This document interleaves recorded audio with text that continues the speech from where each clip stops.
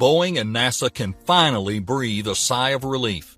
The long-delayed Starliner spacecraft arrived at the International Space Station Friday night, May 20th, notching a huge milestone for the aerospace giant and its quest to fly NASA astronauts to and from orbit. Unfortunately, the flight was not perfect. Have a few doubts, and we may not even know the answer. Why is that? And how did Elon Musk react to this? How does this Boeing success relate to Elon Musk's SpaceX? What did Roscosmos head Dmitry Rogozin say about this spacecraft?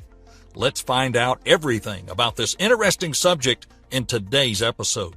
Boeing CST-100 Starliner spacecraft successfully docked with the International Space Station on May 20th, a little more than 24 hours after its launch. The spacecraft docked with the forward docking port on the Harmony module of the station at 8:28 p.m. Eastern.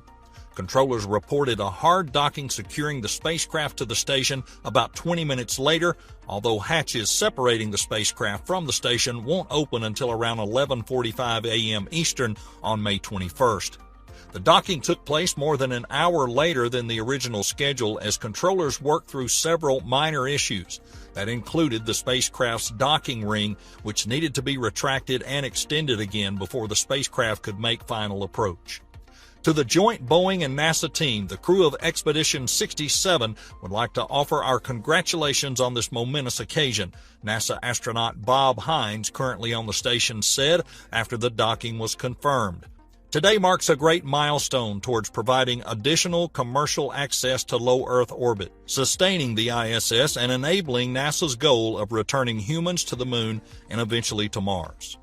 This was a really critical demonstration mission, Kathy Luters, NASA Associate Administrator for Space Operations, said in a briefing about an hour after the docking. Seeing that vehicle dock now to the ISS is just phenomenal. SpaceX CEO Elon Musk also sent his congratulations to NASA and Boeing Space. Indeed, there are still many concerns about the Starliner flight. Neither NASA nor Boeing provided updates about the status of the Orbital Test Flight OFT-2 mission for more than 17 hours after a post-launch briefing on May 19th, an unusual silence that raised concerns that there was a problem with the spacecraft. A Boeing spokesperson said the company would provide an update about the mission in a bit, but the company did not release that update until more than 3 hours later. In that update, Boeing confirmed that the spacecraft was generally in good condition, having conducted several tests as planned. One issue was the off-nominal behavior of the thermal cooling loop on the spacecraft, but the company said the system was still maintaining stable temperatures. The ground team did a great job of managing those loops, said Steve Stitch, NASA Commercial Crew Program Manager, at the post-docking briefing. He said some moisture may have gotten into the coolant loops that froze out and clogged a filter, causing pressure rise in the loop. Controllers were able to manage the temperature of those coolant loops, and there was plenty of margin in the system. The other issue was the failure of 2 of 12 aft-facing orbital maneuvering and attitude control, or OMAC thrusters, during the spacecraft's orbit insertion burn shortly after launch. In the statement, Boeing said a drop in chamber pressure likely caused the thrusters to shut down. Mark Nappy, Boeing Vice President and Commercial Crew Program Manager, said engineers developed a fault 3 and identified 3 or so plausible causes, which he did not identify, later suggesting the 2 thrusters may have failed for different reasons. We may never know what the real cause of what this is because we don't get this vehicle back, he said. The thrusters are located in the service module, which is jettisoned before re-entry and burns up in the atmosphere. Other OMAC thrusters continued to work well, performing several maneuvers as the spacecraft approached the station before smaller reaction control system RSC thrusters took over for the final approach. The OMAC thrusters will not be used again until the spacecraft deorbit burn at the end of the mission. In addition to the 2 OMAC thruster failures, 2 RCS thrusters also shut down during approach to the station after suffering a drop in chamber pressure. I don't think we know quite yet what happened to those thrusters, but the vehicle has plenty of redundancy, Stitch said, including for undocking and landing. This certainly makes us worry about the safety of future flights. Everything seems to be temporary. Recall earlier that head of Roscosmos, Dmitry Rogozin, called Starliner unreliable, declaring that the Russian cosmonauts will not fly on it. He said now they will try to launch it, but we definitely won't put any of our astronauts on it. We can't risk their lives. Anyway, we can't deny this is still a big success for both Boeing and NASA. I can't imagine what would happen if they failed this time. Completing the flight is the only option for Boeing or Starliner will die. You know, NASA has sunk over $4 billion into Starliner via its Commercial Crew program. It's one of 2 commercial vehicles the agency chose to eventually shuttle astronauts to the ISS. The other was SpaceX's Crew Dragon, which has already sent 4 batches of astronauts to the space station. Aside from the big chunk of taxpayer dollars already invested in the spacecraft, it's in NASA's interest for Boeing to succeed for another reason.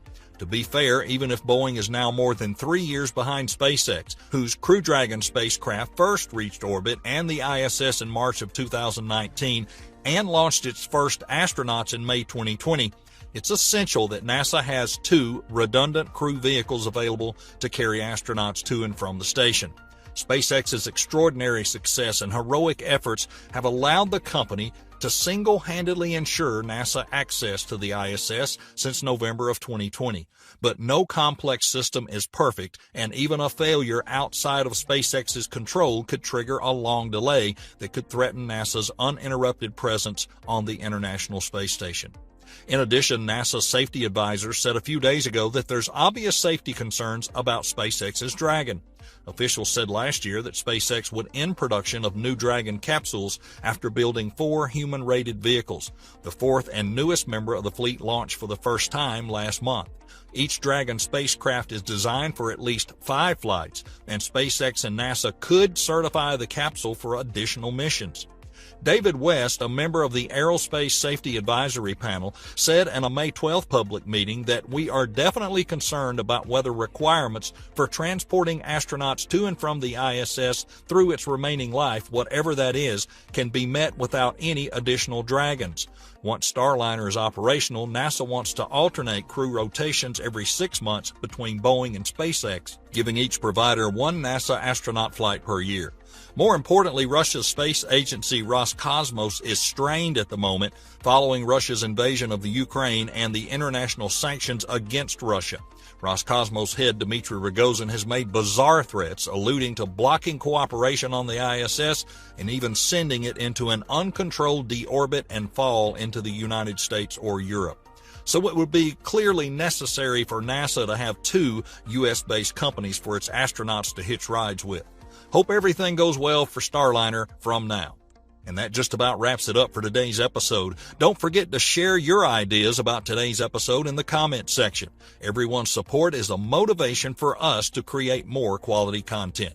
Thanks, and we'll see you next time.